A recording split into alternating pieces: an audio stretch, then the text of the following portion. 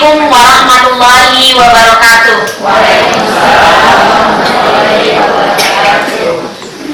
Alhamdulillah, saya sampaikan kepada Allah Subhanahu wa Ta'ala yang telah memberikan kita kenikmatan sehingga kita berkumpul di sekolah kita ini.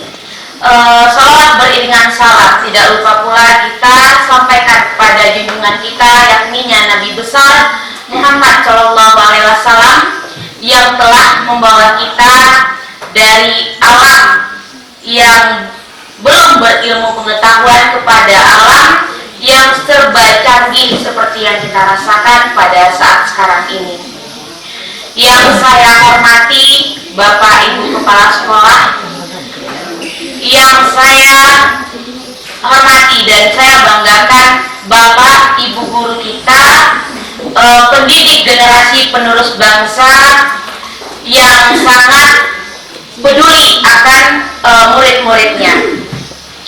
Baiklah, saya di sini akan bersama rekan-rekan Bapak Asril dan Bapak Ihsan akan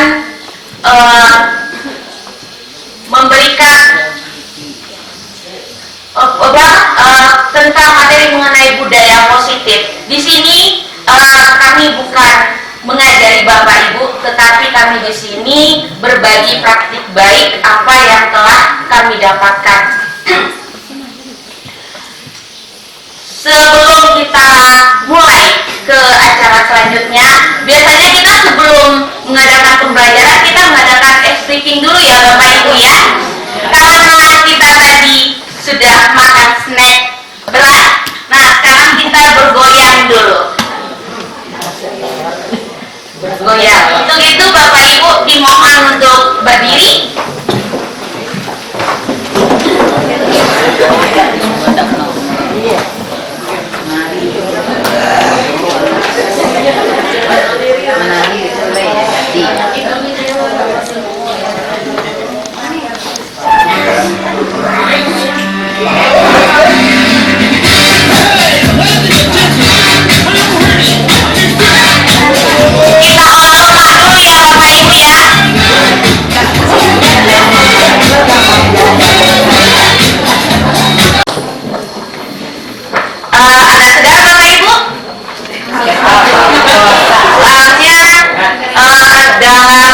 Biasanya kalau di masa-masa pelatihan jam-jam ini merupakan jam yang lumayan agak rawan bagi kita semua. Baiklah Bapak Ibu, di dalam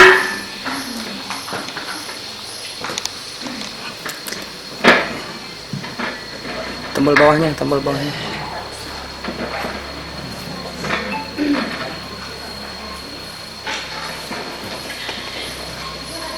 tujuan pendidikan, di sini saya akan menyampaikan tujuan pendidikan sesuai dengan Ki Hajar Dewantara, yang mana tujuan pendidikan itu adalah menuntun segala kodrat yang ada pada anak-anak agar mereka dapat mencapai keselamatan dan kebahagiaan yang setinggi-tingginya, baik sebagai manusia maupun sebagai anggota masyarakat. Oleh sebab itu, pendidik hanya dapat menuntun tumbuh atau hidupnya kekuatan kodrat yang ada pada anak-anak agar dapat memperbaiki laku hidupnya dan tumbuhnya kekuatan kodrat pada anak. Di sini Ki Hajar Dewantara memisalkan kalau kita guru ini diibaratkan sebagai seorang petani. Kemudian sekolah kira-kira sebagai apa Bapak Ibu? Kalau Bapak pengawas kita tadi mengibaratkan guru sebagai seorang sopir dan anak-anak sebagai penumpangnya. Menurut Ki Hajar Dewantara, guru adalah sebagai petani dan sekolah adalah lahannya. Berarti anak murid kita adalah bibit atau benih yang akan kita tanam. Jika si petani ingin menanam jagung di sebuah lahan yang telah disediakan, walaupun lahan tersebut masih gersam kurang bagus, tetapi jika diberi perawatan yang baik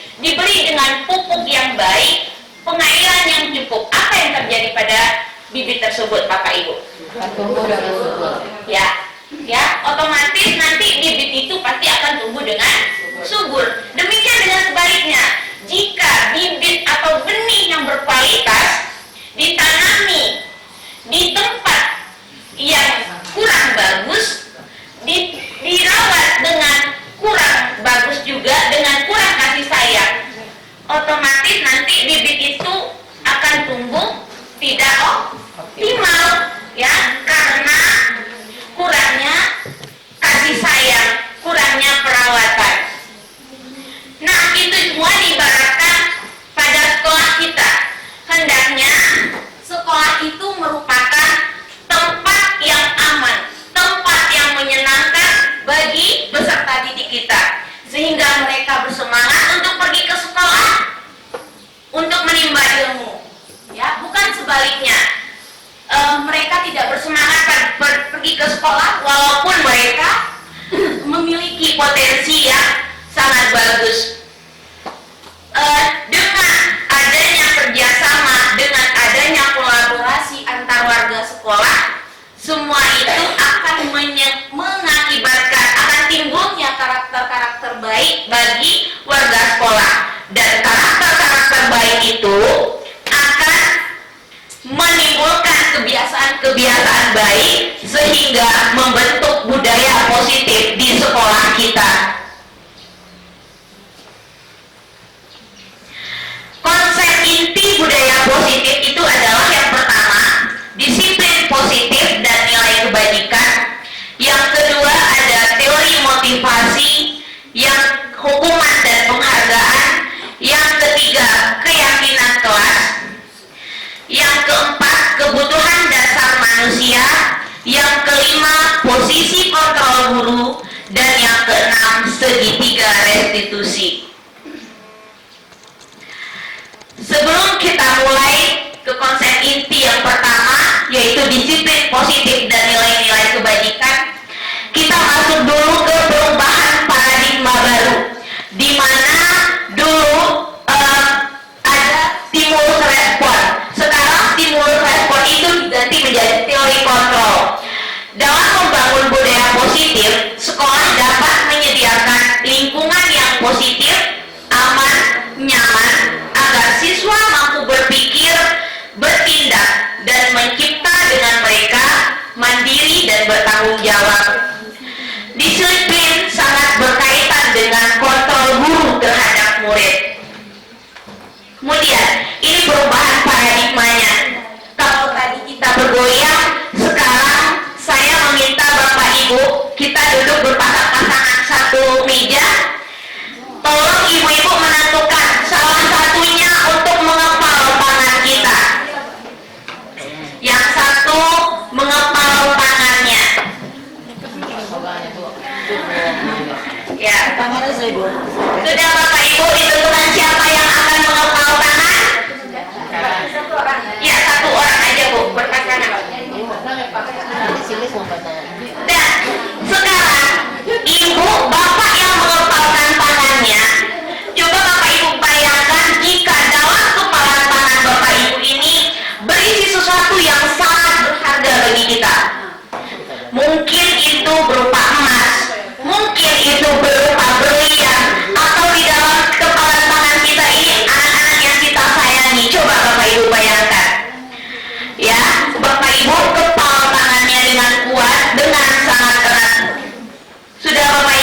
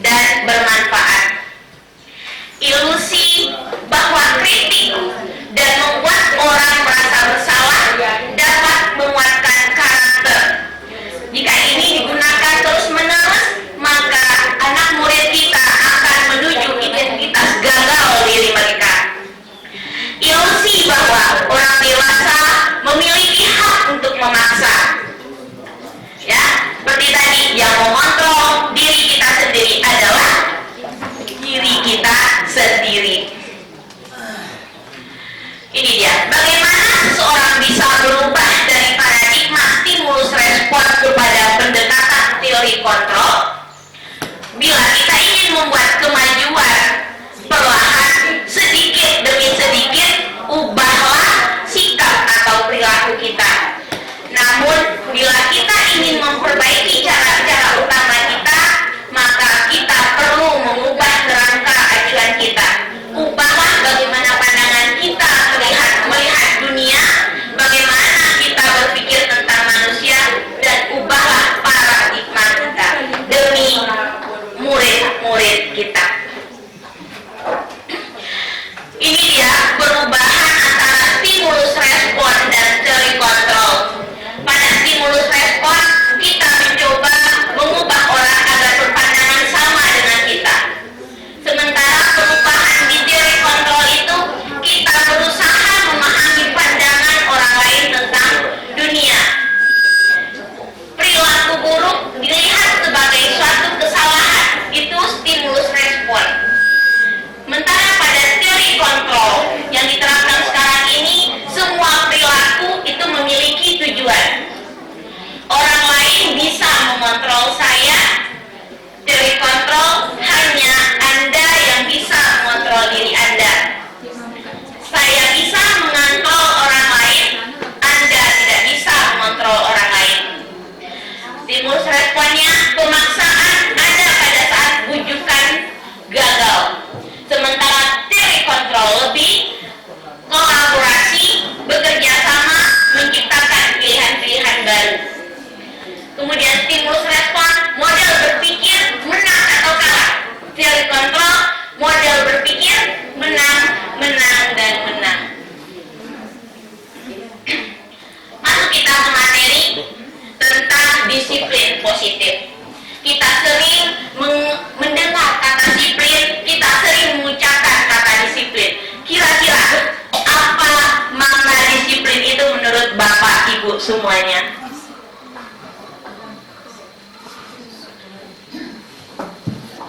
Apakah kita menerapkan disiplin di sekolah kita? Apakah kita menerapkan disiplin di kelas kita? Ya, sekarang apa makna disiplin itu?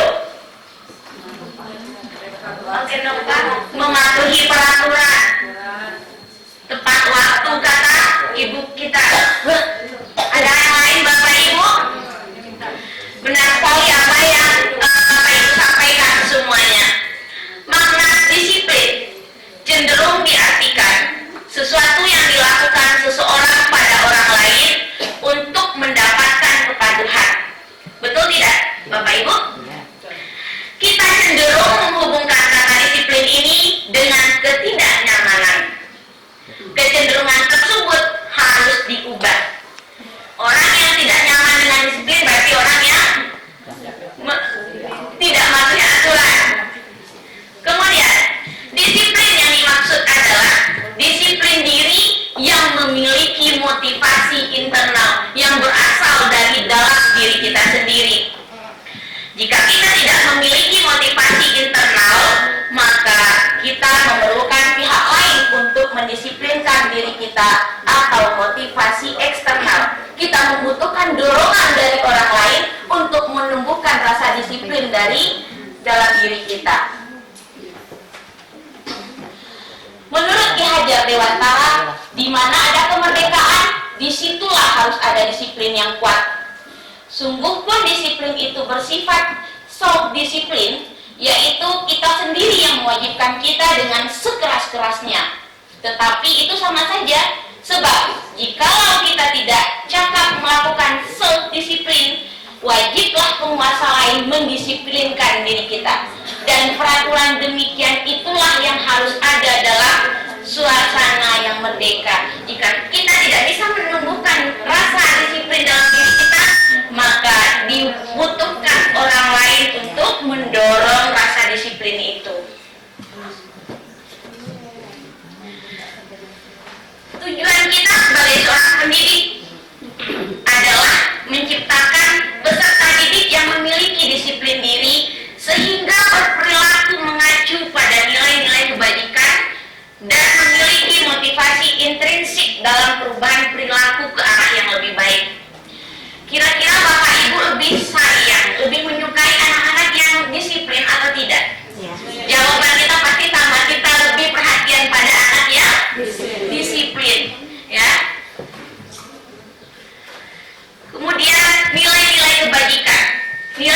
kebajikan itu adalah sifat positif manusia yang merupakan tujuan mulia yang ingin dicapai oleh setiap individu.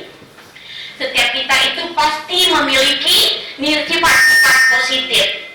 Setiap perilaku atau perbuatan memiliki tujuan. Dengan mengaitkan nilai-nilai kebajikan yang diyakini seseorang, maka motivasi intrinsiknya akan terbangun untuk mencapai tujuan mulia yang diinginkan sesuai dengan profil pelajar Pancasila.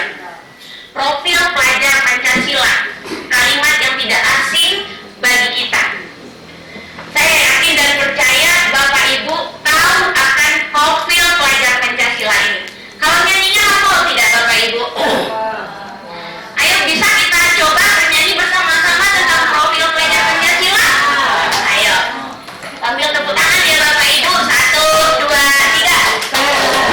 Pancasila beriman dan bertakwa pada Tuhan yang Esa dan berakhlak mulia, berkebinekaan moral, gotong royong mandiri, kreatif dan kenal tertib. Terima kasih Bapak Ibu ya atas telah bersedia mengeluarkan suara merdunya.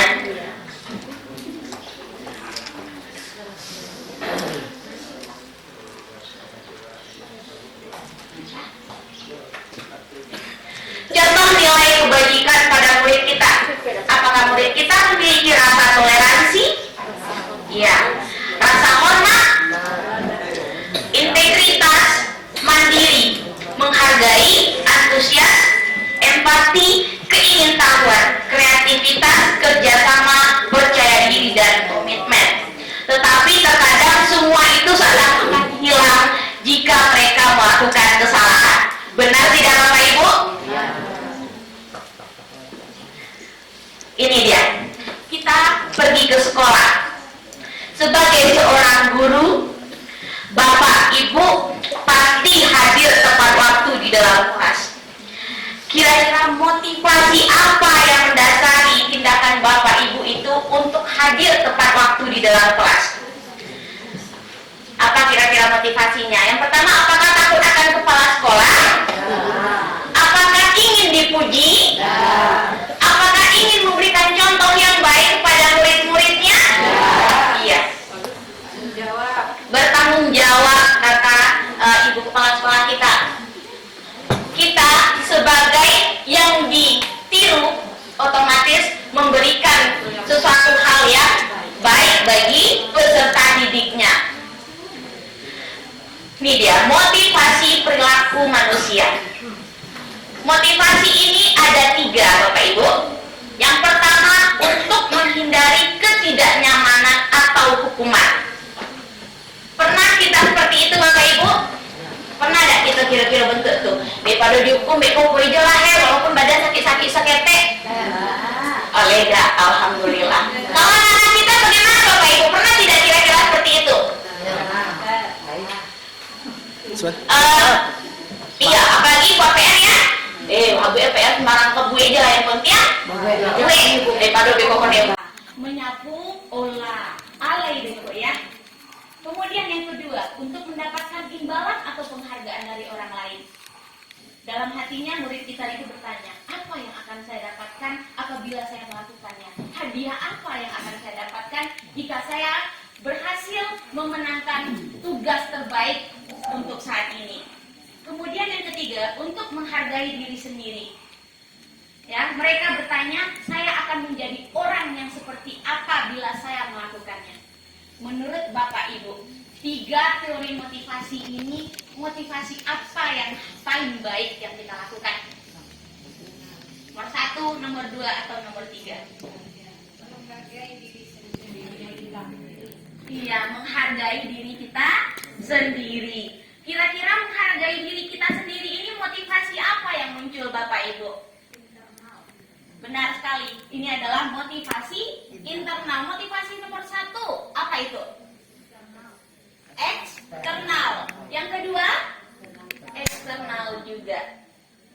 Satu, dua itu berupa motivasi eksternal, yang ketiga motivasi internal. Motivasi itu adalah dorongan yang timbul pada diri seseorang secara sadar atau tidak sadar untuk melakukan suatu tindakan untuk tujuan tertentu. Ya, motivasi seperti yang kita bicarakan sebelumnya ada dua, ada motivasi eksternal dan internal. Kemudian, pernahkah murid-murid kita melakukan pelanggaran, Bapak Ibu? Pernah. Iya, kira-kira apa yang Bapak Ibu lakukan jika murid kita melakukan pelanggaran? Gimana Ibu? Dinasehati, ya apalagi kira-kira? Memberi hukuman yang sesuai, apalagi kira-kira? Ya, ini dia. Ada hukuman, ada konsekuensi, dan ada restitusi. Kalau kita memberikan hukuman, itu akan membuat identitas gagal murid-murid kita. Semua yang menyakitkan harus terjadi. Kira-kira dihukum itu enak tidak Bapak Ibu? Tidak. Walaupun memang benar kita yang salah, tidak nyaman untuk murid atau anak dalam jangka waktu panjang. Bahkan terkadang ada murid yang dendam secara tidak langsung dalam dirinya. Kemudian korban mendapatkan keadilan. Murid atau anak akan tersakiti, perilaku pasif agresif meningkat, kemudian sistem tidak akan berjalan bila murid tidak takut. Jika konsekuensi itu identitas sukses, semua harus terjadi. Tidak nyaman untuk murid atau anak dalam jangka waktu pendek, korban bisa diabaikan, murid atau anak dibuat tidak nyaman, penguatan hanya bertahan dalam jangka waktu pendek, memerlukan monitoring dan supervisi terus-menerus dari guru. Kemudian ini yang ketiga, restitusi. Restitusi merupakan pilihan.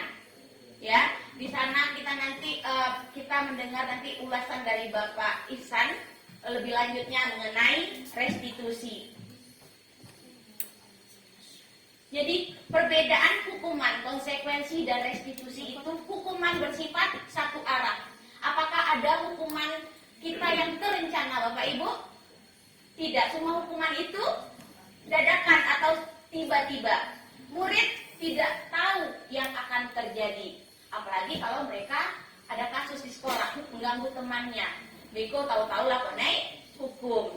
Kemudian hukuman itu seringkali berupa hukuman fisik atau psikis. Jika konsekuensi itu biasanya terencana atau disepakati sesuai aturan kelas dan aturan sekolah. Sudah dibahas dan disetujui oleh murid dan guru, berarti ada kesepakatan. Murid dibuat tidak nyaman, tetap aja dibuat tidak nyaman dalam jangka waktu yang pendek. Jika restitusi bersifat satu arah, tidak terencana atau tiba-tiba, murid tidak tahu akan terjadi.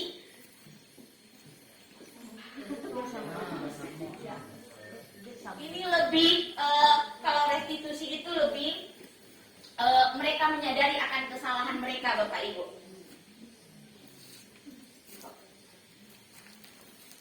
Perbedaan kasus murid yang datang terlambat ke sekolah. Hukuman, walaupun ada mungkin yang melakukan hal seperti itu, ada yang tidak. Murid disuruh berdiri di depan kelas. Pernahkah Bapak Ibu?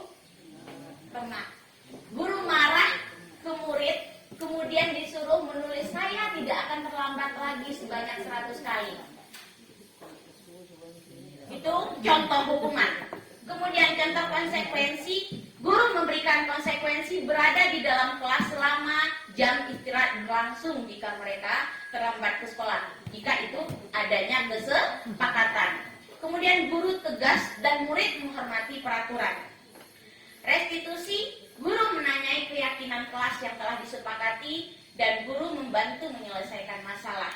Murid terbuka dan menghormati dirinya dan orang lain.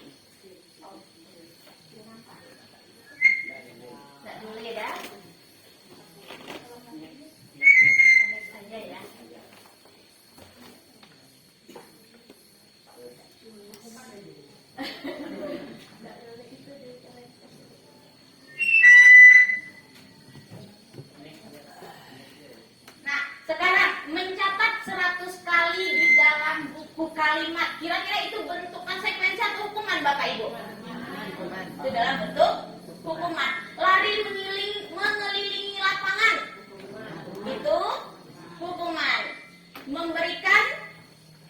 Membersihkan coretan yang ada di buku temannya, itu hukuman apa konsekuensi? Apa itu kira-kira? Kita lihat, itu adalah konsekuensi akibat mengotorkan buku temannya, maka dia wajib membersihkan, bertanggung jawab.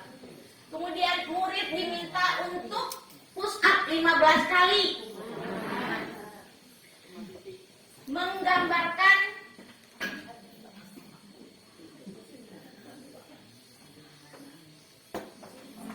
Menggantikan kertas tugas teman yang dicoret, konsekuensi.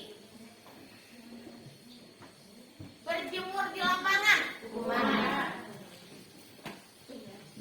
murid diminta bertelanjang kaki sepanjang hari, berdiri di depan kelas sambil mengangkat kaki, itu hukuman juga. Membersihkan tumpahan air di meja tulis karena tersenggol oleh konsekuensi. Itu adalah konsekuensi. Ternyata Bapak Ibu sudah sangat paham akan perbedaan hukuman dan konsekuensi. Konsep disiplin dengan pendekatan restitusi itu adalah sebuah cara menanamkan disiplin pada murid dengan mereka mengakui kesalahan mereka sendiri dengan motivasi internal. Apa itu restitusi? Restitusi adalah proses menciptakan kondisi bagi murid untuk memperbaiki kesalahan mereka, sehingga mereka bisa kembali pada kelompok mereka dengan karakter yang lebih kuat, sesuai dengan dosen 2004. Ciri-ciri restitusi. Yang pertama, menguatkan dan fokus pada solusi. Yang kedua, fokus pada karakter, bukan tindakan. Yang ketiga, bukan menebus kesalahan, tetapi belajar dari kesalahan. Yang keempat, mencari kebutuhan dasar yang mendasari tindakan. Tawaran, bukan paksaan, kita memberikan tawaran. Memperbaiki hubungan. Dan yang terakhir, menuntun untuk melihat ke dalam diri murid itu sendiri. Nah, ini. Apakah Bapak Ibu pernah memberikan hadiah kepada muridnya? Pasti pernah. Walaupun hanya sebuah pensil, permen, buku tulis, dan sebagainya. Kira-kira memberikan penghargaan itu baik atau tidak, Bapak Ibu? Baik? Ya, ini dia. Penghargaan atau hukuman merupakan cara-cara mengontrol perilaku seseorang yang menghancurkan potensi untuk pembelajaran yang sesungguhnya. Penghargaan itu jika dikatakan secara global itu tidak baik dilakukan, Bapak Ibu. Penghargaan memiliki dampak yang kurang baik. Di antaranya, penghargaan itu bisa menurunkan kualitas. Yang kedua, penghargaan itu bisa mematikan kreativitas. Di mana jika ada sebuah penilaian, dan biasanya itu dalam seni ya, dengan tema-tema tertentu, maka mereka tidak bisa mengembangkan apa yang potensi yang mereka miliki karena ada batasan-batasan tertentu untuk mendapatkan hadiah atau penghargaan. Kemudian penghargaan itu menghukum. Contohnya apa? Dalam perengkingan di kelas kita. Anak yang biasanya juara 1 sekarang juara 2. Itu otomatis mereka akan terhukum secara psikis mereka. Apalagi dengan anak-anak kita yang memiliki potensi akademik yang kurang, Bapak Ibu. Jangan lehe, belajar, tidak kena wa juara. Pasti ada rasa seperti itu pada diri mereka. Kan juara kan itu-itunya. Iya, tidak pernah tidak Bapak Ibu mendengar hal-hal seperti itu? Iya, benar sekali Ibu kita. Makanya sekarang di kurikulum Merdeka tidak dibenarkan memberi ranking-perankingan di kelas ataupun di sekolah. Dihukum oleh penghargaan saat kita berulang kali menjadikan hadiah kepada anak-anak agar berperilaku bertanggung jawab dalam mempelajari sesuatu yang baru. Kita sedang berasumsi mereka tidak dapat melakukannya atau memilihnya. Penghargaan atau hukuman adalah cara-cara mengontrol perilaku seseorang yang menghancurkan potensi untuk mempelajari yang sesungguhnya. Pengaruh dari penghargaan itu, yang pertama ada jangka pendek dan jangka panjangnya. Penghargaan tidak efektif, penghargaan bisa merusak hubungan, penghargaan mengurangi ketepatan, penghargaan menurunkan kualitas, penghargaan mematikan kreativitas, dan penghargaan menghukum. Berarti sekarang saya meminta kepada Bapak Ibu semuanya, kita bersama untuk membangkitkan motivasi. Apa yang harus dibangkitkan pada murid-murid kita, Bapak Ibu? Motivasi internal apa eksternal? Motivasi internal. Cukup sekian pembahasan saya mengenai disiplin positif dan nilai kebajikan. Selanjutnya saya serahkan kepada Bapak Asri. Assalamualaikum. Assalamualaikum warahmatullahi wabarakatuh. Waalaikumsalam warahmatullahi wabarakatuh. Syukur alhamdulillahirabbil alamin. Allahumma shalli ala sayyidina Muhammad wa ala ali Muhammad. Bapak dan Ibu kepala sekolah yang selalu kita hormati, kemudian juga kepada Bapak dan Ibu yang hadir pada kegiatan desiminasi di Kombel Gugus 6 Marapalang hari ini. Kami 3 orang yang minta izin kepada Bapak dan Ibu untuk menyampaikan materi disiplin positif atau budaya positif pada hari ini.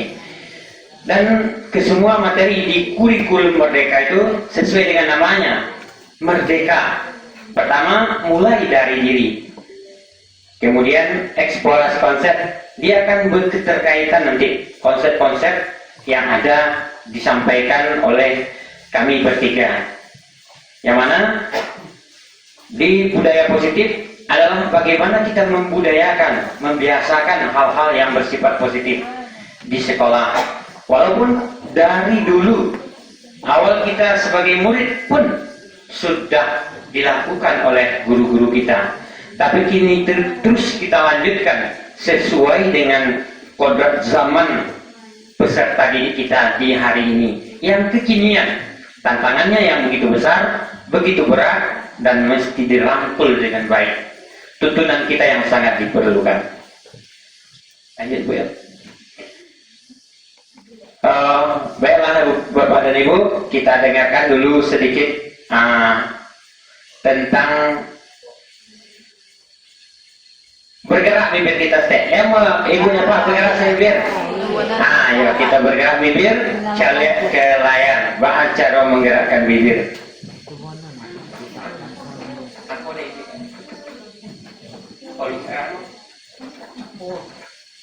Volume, ya volume.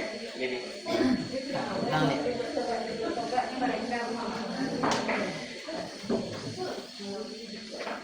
Ada volume.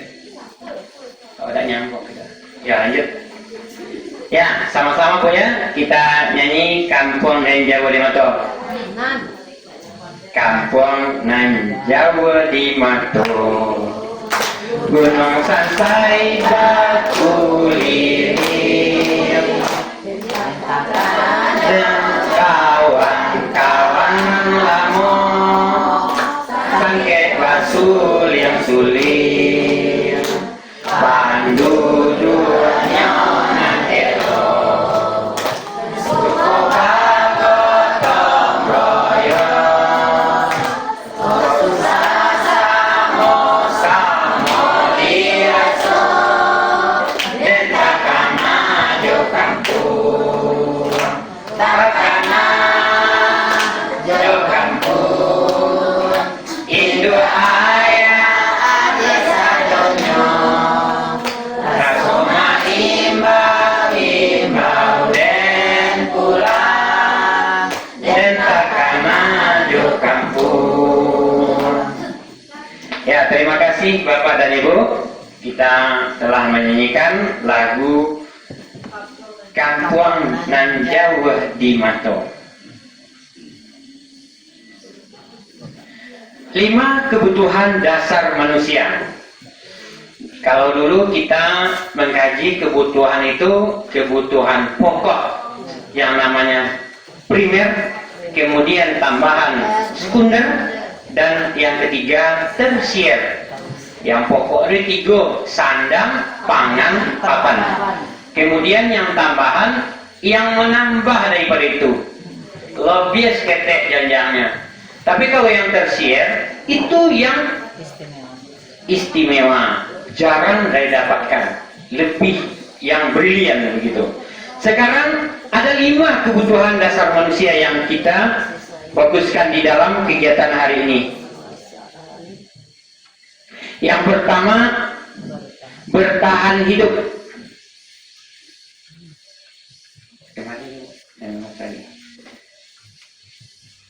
Bertahan hidup.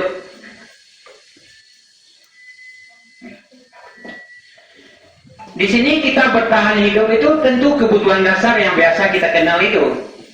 Pertama, tentang makan. Kalau kurang makan, kurang tenaga, kurang pikiran. Begitu juga pakaian. Kalau pakaiannya kurang bagus, percaya dirinya kurang. Bapak dan Ibu kalau datang ke sini jilbabnya kencong atau tidak tepat, merasa percaya diri apa tidak? Tentu saja tidak percaya diri. Kemudian masalah keamanan dan kesehatan. Kok kelilipan mata ya Bu ya? Kelilipan mata kita. Masuk sesuatu yang kecil saja ke dalam mata, niscaya terganggulah kelihatan. Kita penuhi itu. Kita cari jalan bagaimana mengeluarkan debu yang masuk ke mata itu sehingga kebutuhan kita terpenuhi. Kemudian yang kedua, kasih sayang dan rasa diterima. Kalau tiba siko di SDN 05 Batu Belek, kita hadir di sini, tapi tidak disapa oleh guru atau kepala sekolah kita di sini. Mang Budui Senyor, kilo-kilo perasaan kita, Bu. Tentu kita akan merasa tidak dihargai. Nah, langsung kita voting mungkin tidak enak di sini, saya akan pulang. Ya, gitu saja mungkin. Yang ketiga, penguasaan. Penguasaan ini bukan saja menyangkut titel, bukan jadi presiden saja, gubernur atau kepala keluarga, tetapi bagaimana harga diri dan keinginan untuk dianggap. Walaupun kita berada di tempat yang tinggi atau rendah kelasnya, yang jelas kita ada, dirasa ada diri kita di situ. Ya, umpama barisan tidak lengkap barisan kalau tak ada kita. Umpama makan juga tidak lengkap kalau tidak ada air. Kalau kita berperan sebagai air, lah makan kemudian tak ada yang menghanyutkan ke dalam kerongkongan. Nah, itu umpama. Yang berikutnya, kebebasan. Ini merdeka, kebebasan. Bagaimana mandiri, memiliki pilihan sendiri. Kemudian kita mencoba hal baru yang mampu mengendalikan arah bagaimana diri kita. Nanti juga begitu kita di sekolah, kita memahami budaya positif ini, kita cari sendiri bagaimana kita menyampaikan atau mengaplikasikannya di sekolah kita masing-masing, sehingga nanti tujuan pendidikan menuntun kodrat anak itu sesuai kodrat zaman dan alam itu bisa terlaksana dengan baik. Kemudian yang kelima, kebutuhan dasar manusia adalah kesenangan.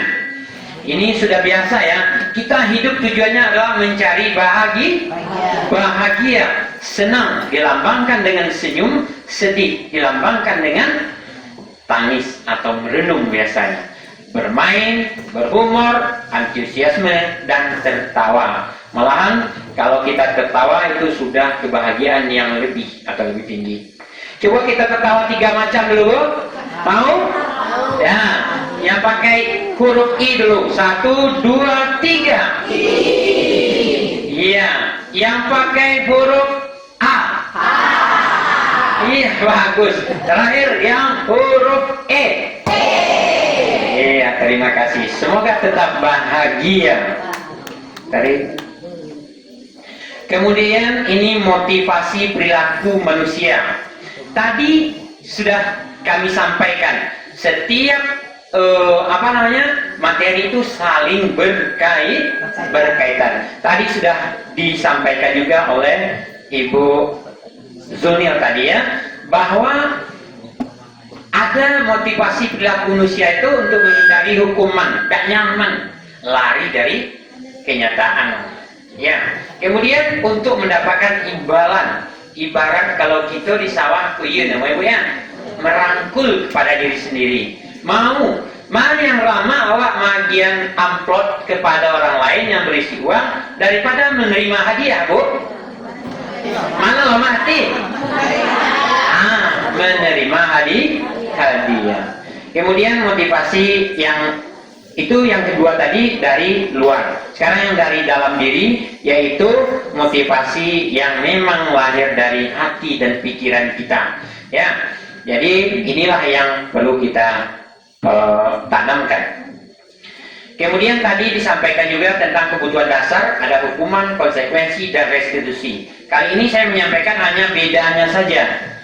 Kalau hukuman itu seakan-akan tiba-tiba ya, hukuman. Dan kepada orang yang mendapatkan hukumannya itu akan timbul rasa tidak enak atau rasa dendam, rasa benci, kecewa dan lain-lain. Sedangkan konsekuensi, orang akan berpikir karena harus menyepakati segala sesuatu. Disepakati, kadang berat harus disepakati juga, ringan harus disepakati juga. Pernah Bapak dan Ibu menjual kendaraan, menjual sepeda, motor, mobil, atau membeli? Pernah ya? Kalau harganya itu sesuai dengan harga kita senang melepasnya. Tapi kalau harganya itu kurang sesuai dengan pikiran kita, maka hati berat. Hati sudah jatuh kepada barang itu, tahu-tahu kita merasa berat. Dikorek kantong, rasa-rasanya berat memberikannya.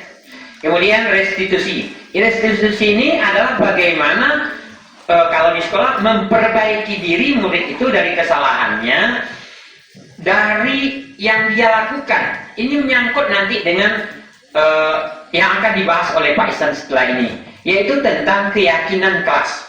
Nanti kita akan mengadakan dulu kesepakatan kelas namanya, Ibu ya. Kesepakatan kelas. Sekarang kita rubah namanya dengan keyakinan kelas. Hal-hal baik apa yang diyakini oleh peserta didik kita di sekolah bersama kita. Mungkin di kelas dan secara umumnya di sekolah kita. Lanjut, Bu. Ini posisi kontrol guru. Kita sebagai guru sudah pernah mungkin kita lakukan kelima-limanya ini, tapi entah mana yang paling dominan. Kita bacakan satu persatu ya. Pertama, penghukum. Ini tegas biasanya, matanya melotot, tangan menunjuk. Ya, hei kamu, begitu bahasanya. Tidak, hai nak, kamu. Tidak ada begitu. Apalagi lebih banci, hai nak, kamu. Tidak ada begitu ya. Tapi langsung. Kemudian membuat merasa bersalah. Karena kita menyampaikan kalimat ini dengan rasa yang datar, mungkin kaitkan dengan orang-orang yang berjasa pada diri anak ini, maka dia seakan-akan merasa bersalah. Kalau bahasa kitanya ya, lah payah ma anak ma bekojo di sawah, aiku yang anak kerajuan, lain berbeda lah suatu. Begitu. Mungkin. Kemudian dengan posisi kontrol guru sebagai teman, dibawa anak itu sebagai ibaratnya teman sebaya. Berikutnya sebagai pemantau, bukan pemantau dari jauh, tapi pemantau dari dekat. Bukan sekedar memantau saja, tapi sampai komunikasi juga dengan anak. Dan terakhir adalah sebagai manajer. Kalau terbayang manajer, kita terbayang apa, Bu? Perusahaan kita akan berhasil jika manajerialnya bagus. Jadi sekolah atau kelas kita atau mapel yang kita ajarkan ataupun sebagai apapun kita di sekolah akan berhasil kalau manajerialnya bagus. Next. Kita dengarkan sedikit 5 posisi kontrol yang disampaikan oleh melalui Kemendikbud ya, Bu. Ya. Nah, baiklah. Di sini next saja, Bu. Ini contoh ya, contoh sedikit bagaimana orang yang sebagai penghukum. Nanti kita cobakan ya, Ibu ya. Bapak, kita cobakan. Kita pahami dulu. Ya, kita pahami dulu. Adi yang terlambat datang ke sekolah. Jadi namanya Adi. Ini sebagai penghukum gurunya ya. Nada suara tinggi, bahasa tubuhnya itu matanya melotot dan jari menunjuk serta menghardik. Tidak bisa pula kita mencontohkan karena itu membuat apa namanya suasana kurang bagus. Iya. Ya. Di sini kata-katanya terlambat lagi, pasti terlambat lagi. Kalau di awak nama sih kok merutok ya, rutok ya.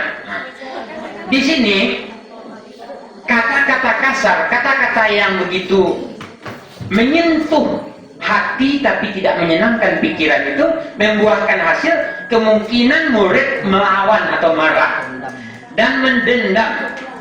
Kemudian awas janganlah jadi polisi dan tangkok. Nah, itu contoh ya. Biasa jadi sesudah kembali duduk murid tersebut akan mencoret-coret bukunya untuk melampiaskan sakit hati. Next, Bu. Kemudian ini pembuat rasa bersalah. Ya, nada suaranya memang saja biasa, halus, sedih. Bahasa tubuhnya itu ibarat merasa kecewa. Nah, pada anak, Adi, kamu ini bagaimana ya? Kamu sudah berjanji dengan ibu tidak akan terlambat lagi. Kamu kenapa ya sayang? Senang sekali mengecewakan ibu. Ibu benar-benar kecewa sekali dengan kamu. Nah, gitu disampaikan. Dengan rasa gitu, anak merasa bersalah kepada ibu gurunya atau kepada bapak gurunya. Sehingga anak atau murid akan merasa dirinya itu telah mengecewakan gurunya. Nah, dengan rasa kecewa itu, mungkinkah pelajaran atau pembelajaran akan berlangsung dengan baik pada diri anak kita? Tentu saja tidak. Mungkin dia butuh waktu dulu untuk kembali semangat seperti yang tadi. Lanjut, Bu. Kemudian kontrol guru yang ketiga sebagai teman. Nada suara ramah, akrab dan bercanda. Bahasa tubuh merapat pada murid. Ini seakan-akan murid dirangkul ya. Contoh, Adi, ayolah bagaimana sih kamu? Kemarin kamu sudah janji ke bapak bukan? Kenapa terlambat lagi? Jadi akrab bahasanya. Ya, sambil tertawa ringan atau senyum yang terulas di bibir kita. Ya sudah, tidak apa-apa. Duduk sana. Nanti Pak Guru bantu kamu ini. Senyum-senyum saja guru kepadanya. Jadi anak merasa di sini dengan gurunya itu tidak merasa dimarahi, ya. Nah, tapi sebagai teman, murid akan merasa senang dan akrab dengan guru. Tanya sedikit Bapak dan Ibu, mana enak senang anak pada kita atau tidak senang? Nah, enak berteman atau ditakuti oleh anak? Nah, berteman ya. Jadi sebagian karena anak ini satu kelas mempunyai dia sifat karakter masing-masing, tentu dengan masing-masingnya nanti juga kita bedakan cara untuk menghadapinya. Tapi kontrol guru yang paling benar nanti kita lihat setelah yang berikut. Lanjut, Bu. Kemudian sebagai pemantau, ini berbicara juga, Bu, nada suaranya datar, bahasa tubuhnya yang formal. Adi, tahukah kamu jam berapa kita memulai pelajaran? Umpamanya, Bu ya. Jadi bertanya ke anak tuh, kapan mulai? Tentu Adi menjawab dia, tahu Pak. Kamu terlambat 15 menit. Apakah kamu sudah mengerti konsekuensi yang harus dilakukan bila terlambat? Tanya. Kemudian dijawab oleh Adi, paham Pak, saya harus tinggal di dalam kelas selama jam istirahat, yaitu 15 menit. Balik 15 menit karena 15 menit terlambatnya. Jadi itu konsekuensi yang diberikan. Murid memahami konsekuensi yang harus dijalankan karena telah melanggar salah satu peraturan sekolah. Guru tidak menunjukkan suatu emosi yang berlebihan, tidak marah dan juga tidak sedih, malah dia membuat anak tetap tidak nyaman ya, tidak nyaman. Yaitu temannya pergi keluar main, dapat jajan, dapat bermain, sedangkan dia harus duduk di kelas untuk melanjutkan pekerjaannya yang tertunda. Lanjut, sebagai manajer. Nah, ini nada suaranya tulus, bahasa tubuh tidak kaku, mendekat ke murid. Apa kata guru? Adi, apakah kamu mengetahui jam berapa sekolah dimulai? Ditanya. Maka Adi menjawab, tahu Pak, jam 7. Guru melanjutkan, ya jadi kamu terlambat, kira-kira bagaimana kamu akan memperbaiki masalah ini? Nah, supaya dia tidak terlambat lagi, tanyakan kepada si Adi anak ini, bagaimana supaya tidak terlambat lagi.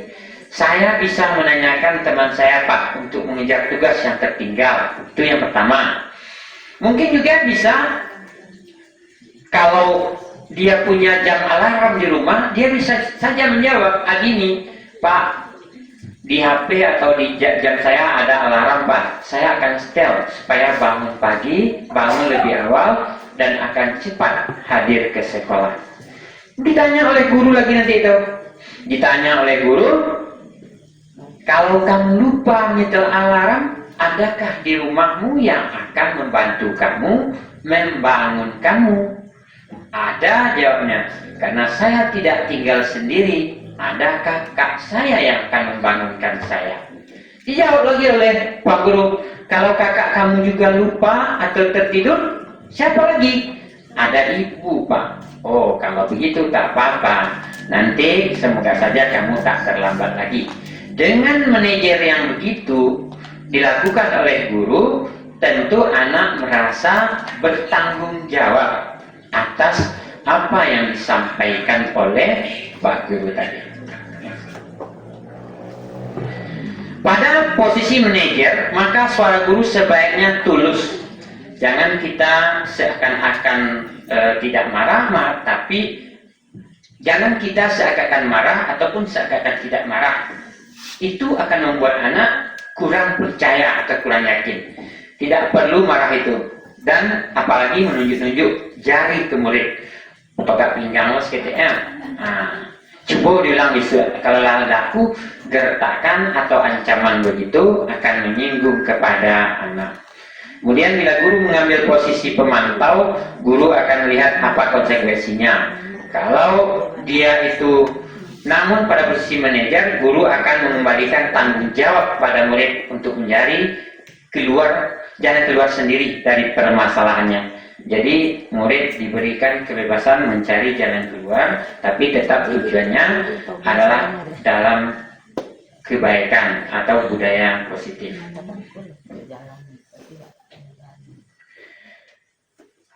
Yang kembali saya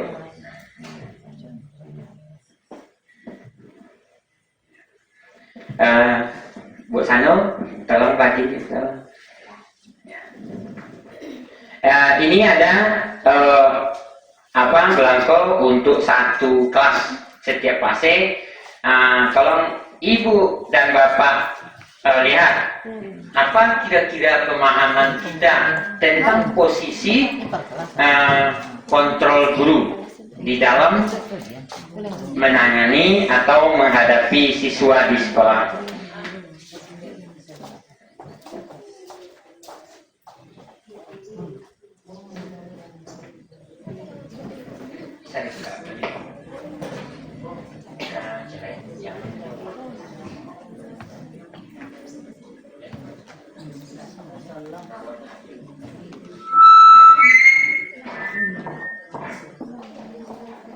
Ini memang habis.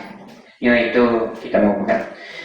Yang di atas itu nanti Bapak dan Ibu kasih saja garis kemana sesuainya perilaku itu, ya, kemana sesuainya perilaku yang ada di situ.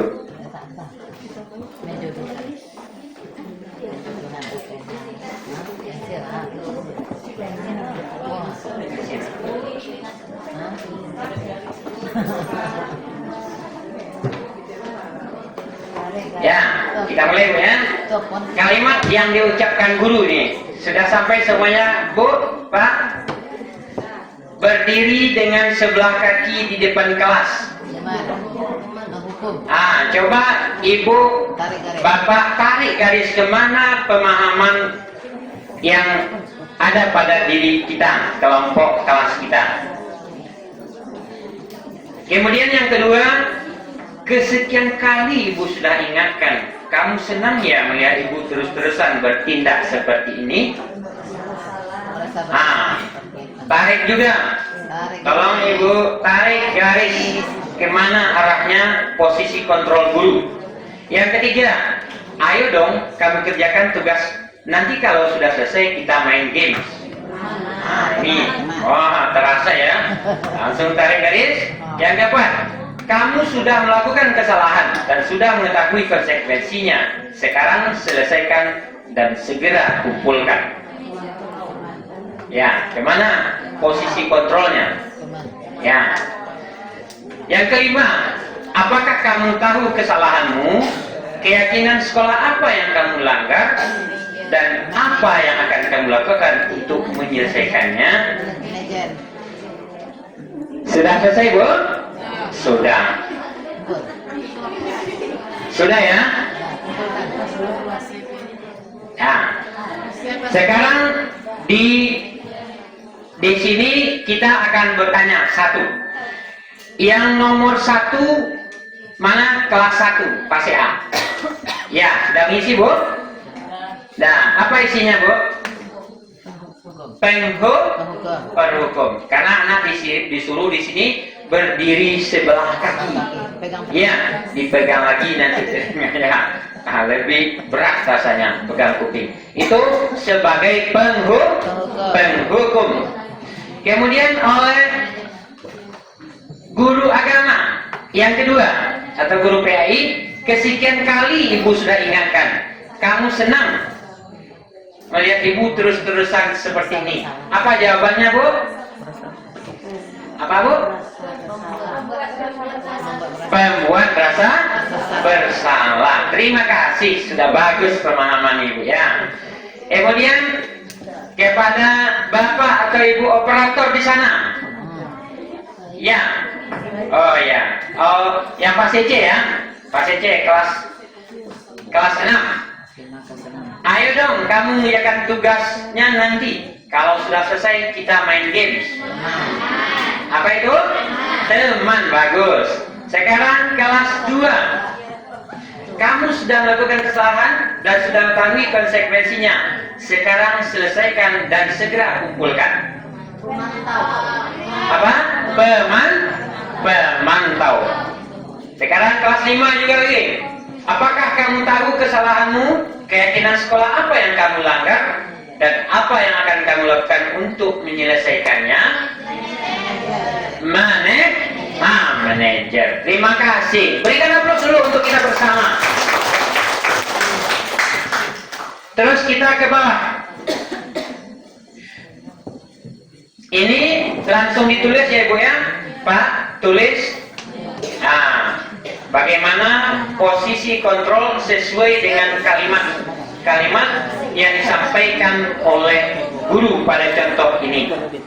Yang pertama, aku kecewa sekali dengan kamu. Yang kedua, kamu tidak pernah benar melakukannya. Sekarang keliling lapangan 3 kali. Kira-kira bagaimana kamu akan memperbaiki masalah ini? Ayolah lakukan demi Bapak dan Ibu. Kamu terlambat 15 menit.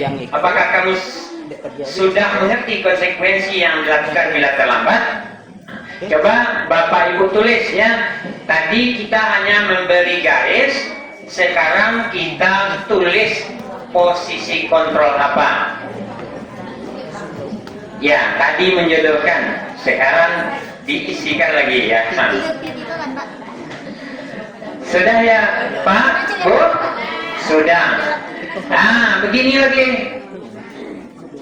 Sekarang saya minta satu orang yang mau menyampaikan saat ke depan.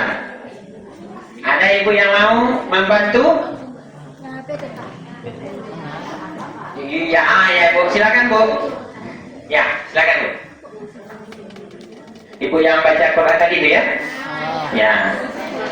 Bu Rahma, silakan Bu.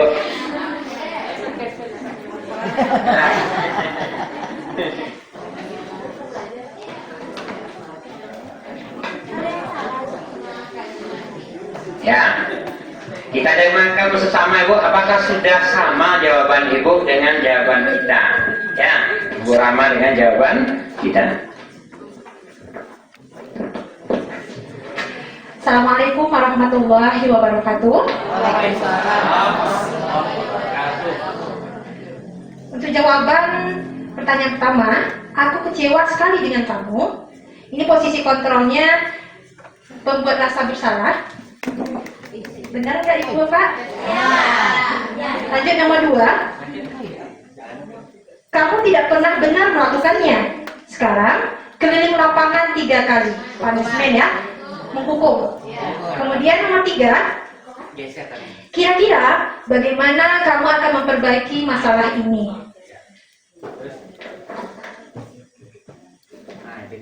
Kebetulan beda Pak. Beda ya? Beda. Gimana bedanya? Antara manajer, pemantau. Nah, mana yang beda? Coba bacakan. Kira-kira bagaimana kamu akan memperbaiki masalah ini? Pemantau ya. Kemudian nomor 4, ayolah lakukan demi bapak atau ibu. Ini teman ya. Terakhir, kamu terlambat 15 menit. Apakah kamu sudah mengerti konsekuensi yang dilakukan bila terlambat? Ya, ceria. Itu Pak, terima kasih. Ya. Berikan aplaus untuk Ibu Rahma. Ya, itu sudah disampaikan oleh Ibu Rahma. Kita lihat di layar ya Bu ya. Aku kecewa sekali denganmu. Next Bu El. Ya, pembuat merasa bersalah. Lanjut Bu El. Ini posisi kontrol apa aku? Kamu tidak pernah benar melakukannya. Sekarang keliling lapangan 3 kali. Iya, penghukum, pemberi hukuman. Kemudian kira-kira bagaimana kamu akan memperbaiki masalah ini? Iya, manajer. Next Bu El. Kemudian ayolah lakukan demi bapak atau ibu. Ini teman. Kemudian kamu terlambat 15 menit. Apakah kamu sudah mengerti konsekuensi yang dilakukan bila terlambat? Iya, pemantau.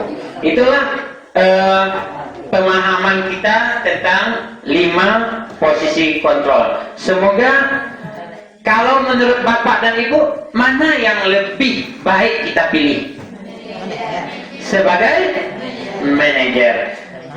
Ditanya lagi kepada Bapak dan Ibu, mana yang lebih ringan dan lebih mudah dilakukan? Penghukum ya Bu ya. Lebih ringan, lebih mudah. Penghukum tinggal lagi ya. Kamu terlambat ya. Ya, silakan lari ini lapangan gitu aja ya. Tapi yang paling berbekas baik yaitu sebagai manajer.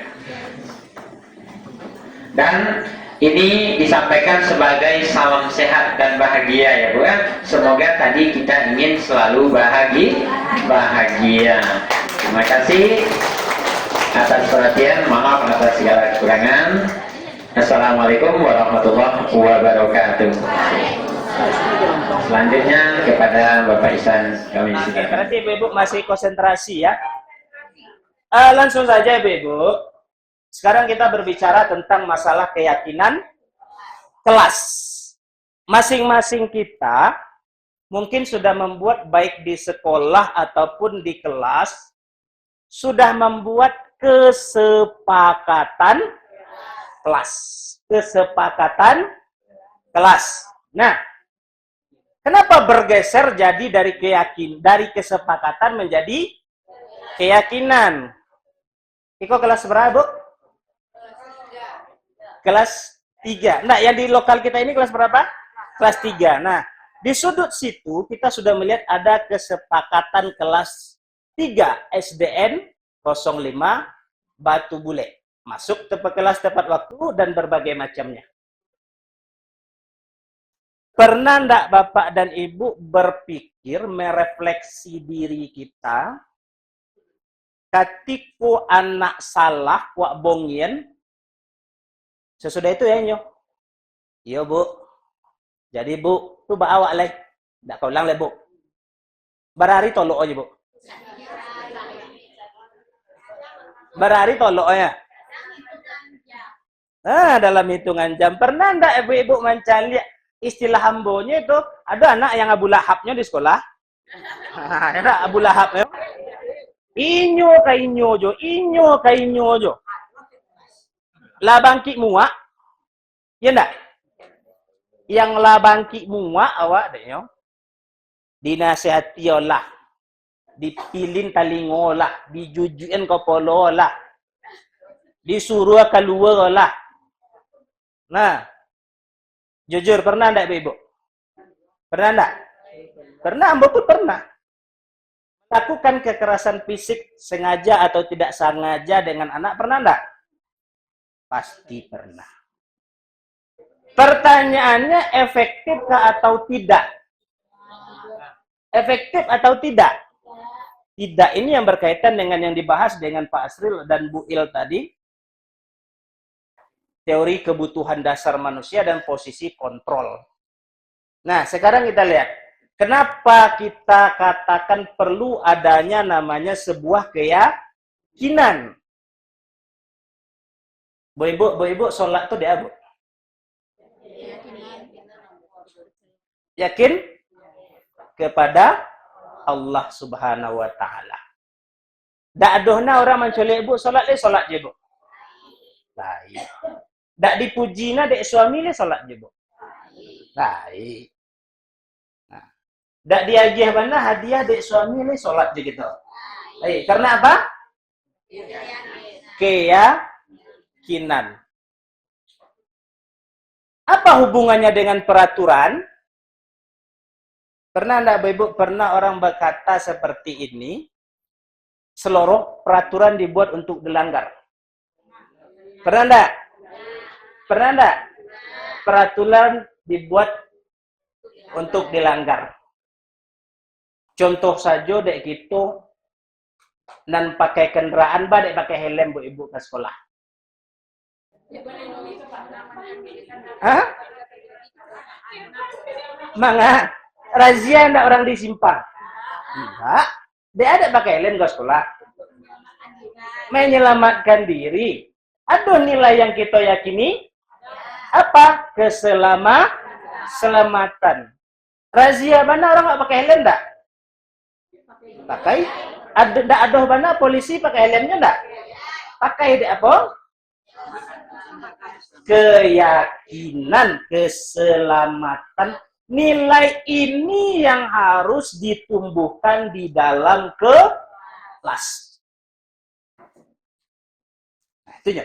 Tumbuhkan keyakinan anak bahwasanya inyo babu eko untung dak inyo, dak untungnya dak tawa ada tapi untuk inyo. Nah, inilah hubungannya tadi dengan permasalahan yang punishment reward tadi. Kalau anak ndak yakin dengan apa yang nyo kerajon di sekolah, anak yang rajin bu agi hadiah. Coba ndak agi hadiah sekali di suat. Kurang semangatnya. Atau ada anak yang rajin yang patuh, agi reward, kalah dek kawannya. Kecewa ndaknya? Kecewa karena dia tadi membutuhkan hadiah. Motivasinya tadi ekstrinsik. Nah, makanya perlu menumbuhkan yang namanya sebuah keyakinan di kelas. Keyakinan itu adalah keyakinan yang disepakati bersama antar guru dan siswa dan itu mengandung nilai-nilai universal. Nah, nilai-nilai universal apa hubungannya dengan keyakinan kelas? Nah, ini dia. Hubungannya dengan peraturan kelas, kesepakatan dan peraturan. Kalau peraturan konotasinya adalah konsekuensi. Kode etik itu konsekuensi. Dilakukan, kita aman. Tidak dilakukan, kita mendapat hukuman. Itu yang dinamakan dengan konsekuensi. Kalau keyakinan itu sudah tumbuh, berarti itu yang tumbuh adalah dalam dirinya sendiri. Nah, paham kita Ibu-Ibu sampai sini? Kenapa pentingnya keyakinan itu? Paham gitu? Bah, kok penting jo anak-anak kita buat keyakinan bahasamu supaya kita bisa berjalan seiring seirama. Ketika ibu-ibu menegakkan peraturan, anak tak dongkol. Nak, keyakinan kita apa? Nak, kesepakatan kita bahasamu apa? Tak perlu ejang-ejang talingo le dah. Waang jo, kau jo. Ginyak cepet. Rubah lagi. Nak, keyakinan kita apa? Nak, yang kita kesepakati bahasamu apa? Itu fungsinya yang namanya keyakinan. Bacaronya, nah. Oke. Keyakinan kelas ini dibuat setiap kelas. Nah, contohnya saja. Memang berdasar dari kesepakatan peraturan kelas. Nah, kira-kira kesepakatan kelas itu sama-sama. Pertama, tak boleh terlambat, Pak. Yang kedua, tak boleh makan, Pak. Ketiga, tak boleh menggola-gola kawan, Pak. Yang kelima, tak boleh. Kodok-kodok izin, Pak. Pasti, kalau kita buat, pasti itu otomatis anak tu kan? Apa nak? Lanjutnya apa? Oke, catat. Catat saudaranya. Sekarang, setelah dapat itu, dapat peraturan yang new kita buat bahasamu-samu tadi lah, samu-samu jo nak. Kau tak boleh. Tak boleh ambil punya kawan, tak boleh menggola-gola kawan, tak boleh membuli kawan. Catat. Kemudian rubah dia menjadi kalimat positif. Itu kuncinya. Jangan memaki kawan. Rubah menjadi kalimat positif dulu. Berkatalah yang sopan dan lembut. Nah, kau bersama anak-anak kita Pak Ibu membuat. Kemudian dilarang keluar tanpa permisi. Ubah menjadi izin dulu sebelum keluar. Ubah. Nah, kemudian sudah itu. Nah, setelah kita keyakinan kelas tadi kita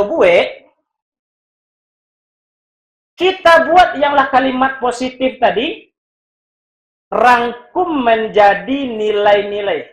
Kamu tidak usah terfokus ke slide, Ibu. Karena slide-nya itu banyak mana, jadi mau jelaskan saja. Kan ada peraturan tadi. Lah kita buat menjadi kalimat positif. Alah, carilah dari kalimat positif itu nilai-nilai universal yang kita sepakati bersama-sama. Berbicara dengan sopan lembut berarti apa nilainya? Saling menghormati. Contohnya. Yang kedua apa leh? Datang tepat waktu berarti nilainya apa? Disiplin. Nah. Membuang sampah pada tempatnya berarti nilai menjaga kebersihan. Ini nilai universal nah, Bu? Ini nilai yang berlaku umum enggak? Iya. Kenapa kita buat kesepakatan itu dalam bentuk keyakinan? Karena kalau kesepakatan, peraturan itu banyak. Jadi undang-undang deh. Pasal 1, ini ikut. Pasal 2, ikut. Pasal 3, ikut. Pon yang anak. Tapi kalaulah bentuk keyakinan, apapun yang dilakukan oleh anak, itu bisa kita kaitkan dengan keyakinan. Ada anak menyebut nama pak kawannya. Kalau kesepakatan yang kita buat, Pak, petang awak sepakat tak boleh menyebut gola kawan dah. Ini awak nyebut nama pak, masalah awak. Itu kalau kesepakatan. Tapi kalau nilai keyakinan yang kita terapkan, Apa keyakinan kita bersama? Setiap orang harus dihormati. Masuk? Masuk. Itulah yang dinamakan dengan keyakinan. Inilah yang dimaksud dengan keyakinan kelas yang harus kita buat untuk memperbaiki perilaku siswa. Ini hubungannya tadi dengan yang disampaikan Pak As dan Bu Il tadi. Posisi kontrol guru sebagai manajer, pahami kebutuhan murid. Nah, jadi ini gampang. Dan ternyata memang ini Bapak dan Ibu, anak-anak yang terkadang, maaf konotasinya itu mungkin kita anggap nakal, dan inyo Abu Lahabnya kita aku, mungkin kadang-kadang kebutuhannya tidak terpenuhi dek itu. Kebutuhannya itu ingin didengarkan. Kebutuhannya itu ingin dilibatkan dalam mengambil keputusan. Kebutuhannya itu ingin inyo tuh bebas terhadap dirinya surang. Iya enggak? Tapi kalau kebebasan dia itu sudah kita ikat dengan keyakinan bersama, sejalan enggak nyo jawab? Sejalan. Amba dah mengalami ibu, ada anak itu yang gila bobongian jauh. Energi ambo habis, ambo latihan, energi habis, besoknya nanti itu leh. Lama coba berbicara dengan seperti seorang manajer, membolak-balikkan dengan dia.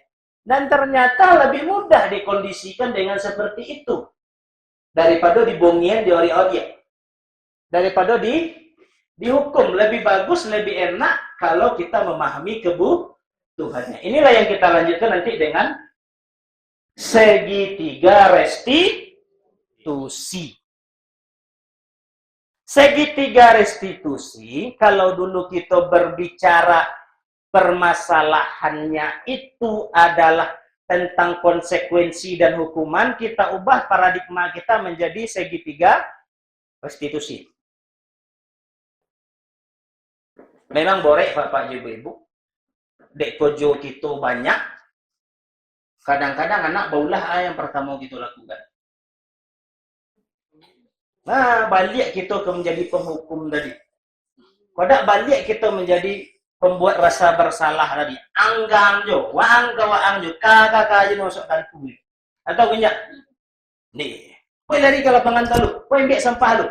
Kembali kita ke habitat itu. Apakah kita orang sempurna? Tidak, kita berproses. Nah, maka di sini kita rubah menjadi segitiga restitusi. Oke, langsung saja Ibu.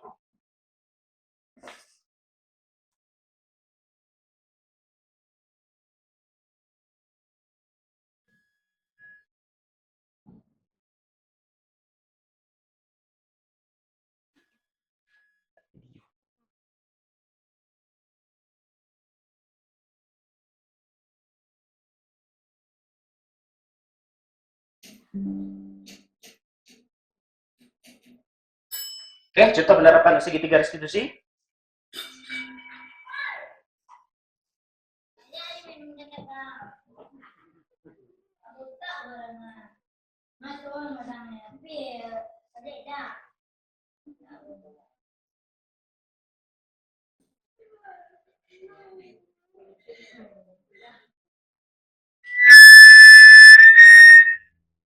Oke.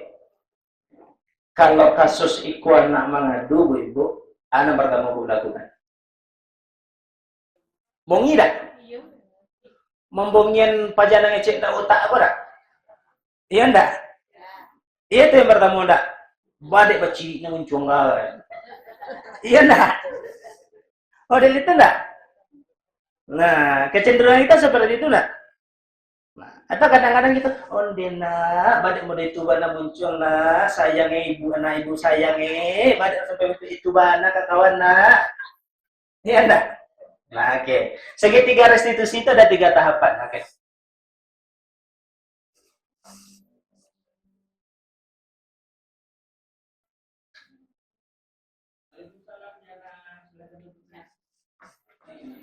Stabilkan identitas.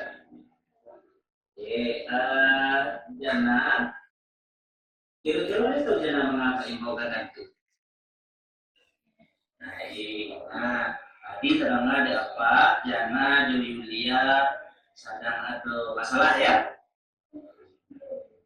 Kira-kira apa masalahnya tadi Jena?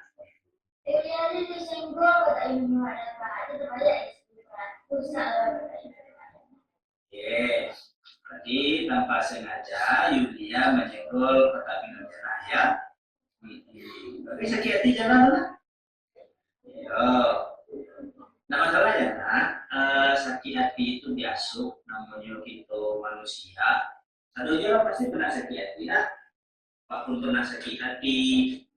Jana pun pernah sakit hati. Yulia pun mungkin pernah sakit hati. Sadonya pernah sakit hati. Ya, nah, tapi ya Validasi tindakan yang salah. Model tadi itu menurut Jana itu pantas nggak? Tidak pantas ya. Berarti tidak pantas ya. Nah, petang kira-kira apa keyakinan kelas yang Allah itu buat kemudian tak Jana lakukan akhir-akhir. Saling menghargai. Berarti penting nggak saling menghargai itu deh Jana? Iya, berarti sadar Jana ya ada kesalahan Jana di situ. Ya, jadi Jana mengakui, saya mengakui ada kesalahan. Nah, ini apa salah Jana? Oke, berkata dasar mengecek dasar kemudian. Nah, dia nak tidak sakit hati, Jana kemudian mengeluarkan kata-kata kasar, kemudian lah sadar kita punya kesalahan, bertentangan dengan keyakinan kita pada mana. Nah, jadi Jana kini kira-kira yang akan Jana lakukan, meminta maaf untuk memperbaikinya, ya. Saya minta maaf ke Yulia. Kemudian sesudah itu balik. Oke, kawan balik ke Yulia. Sudah itu. Kawan yang lain bagaimana? Berkata kasar sudah. Nah, kawan lain berarti Yulia Jana. Kawan lain apa kata-katanya? Oke, Jana lah. Kamu mengakui kesalahan dan kamu memperbaikinya ya. Sesudah itu langsung Jana meminta maaf ke Yulia. Sepakat? Kalian setuju? Ada terdekat mana? Enggak. Lihat dari dalam hati lah. Nah, iya. Kalau itu silakan. Terima kasih Jana. Dan Nana sesudah itu boleh kembali ke kelas dan berjana ya.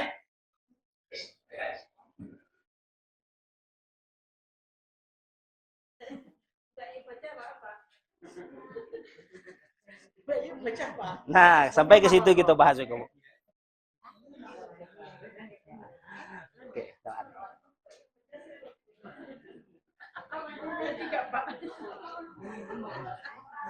Oke, sampai ke situ gitu Bu. Nah, kira-kira model itu anak diperlakukan senang enggaknya Bu? Senang. Atau ibu-ibu model itu diperlakukan di kepala sekolah senang enggak Bu? Senang. Ada gitu. Iku gitu telambe. Nah, tidak alhamdulillah Bu senang. Insyaallah kepala sekolahnya bagus-bagus, hebat-hebat. Nah, alhamdulillah Bu. Nah, ini yang dikatakan dengan keyakinan tadi, segitiga restitusi tadi. Ketika anak membuat salah, ketika anak melakukan sesuatu yang melanggar keyakinan, stabil kan ini dulu, Bu. Stabil kan ini dulu. Balik ke apa tadi? Teori kebutuhan dasar manusia tadi. Kadang ya awak model itu dek paling tak. Kadang model itu awak dek butuh dihargai. Kadang awak melakukan sesuatu mungkin dek karena kurang kasih sayang di rumah, awak boleh di rumah, ya enggak?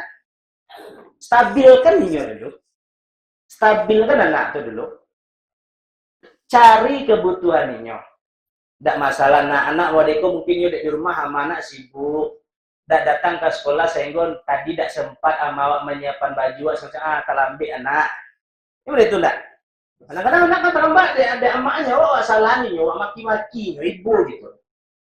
Nah, stabil kan dulu. Kadang ada anak dan menangi kawannya dek di gola-golanya dek. Mungkin dia dek sakit hati ke kawannya. Karena anak kita berbeda, ikut kontrol emosinya bagus. Iko nang kontrol emosinya, anak aku dan di rumah ada gilo karena tangannya di rumah. Jadi di sekolah emosinya tidak stabil. Stabil kan ini dulu. Sesudah itu baru validasi tindakannya yang salah. Ayo tuh Pak. Stabilkan dulu inyo. Lah stabil inyo baru tunjuan nak iko salah ndak nak. Nah iko bertentangan jo keyakinan kita ndak nak. Kalau mulai itu kan sandang pasti inyo jawab iyo. Kalau langsung badan sifatnya. Dan tuh Pak inyo beko panjang jadinya mengecek loh. Iya enggak? Stabilkan dulu, lah stabil, lah tenang, validasi tindakannya yang salah. Kemudianlah sadarinya, lakukanlah mendorong langkah perbaikan. Cari langkah perbaikan bersama. Tuh kalau lah modelku, baaleh kamu punya. Nanti ke situ poinnya lain. Kamu kok sudahnya tuh baaleh. Nah, awak akan bantu itu lepak, awak akan model itu. Nah, kaitkan lagi dengan keyakinan.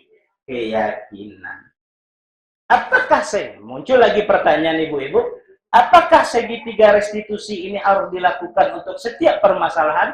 Tidak.